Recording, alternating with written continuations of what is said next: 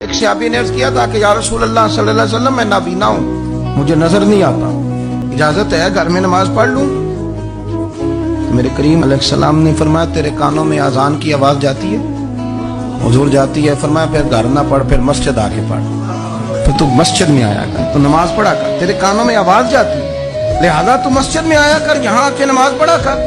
بہت سارے لوگ ہیں عدم دلچسپی، ہاں گھر میں بھی نماز پڑھنی چاہیے۔ مشکات میں حدیث ہے، نبی پاک علیہ السلام نے فرمایا اپنے گھروں میں مسجدیں بناؤ، یعنی ایک جگہ مخصوص کرو ہاں جہاں صرف نماز پڑھی جائے۔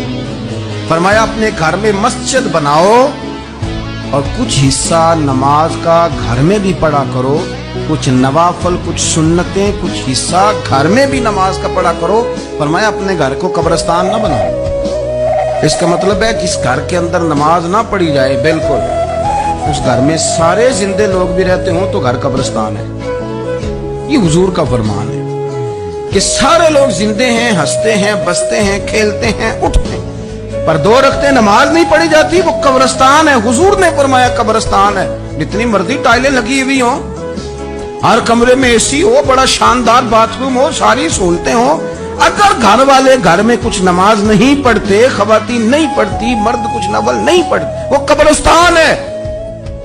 اور جس گھر میں کوئی اٹھ کے سویرے تہجد کا وضو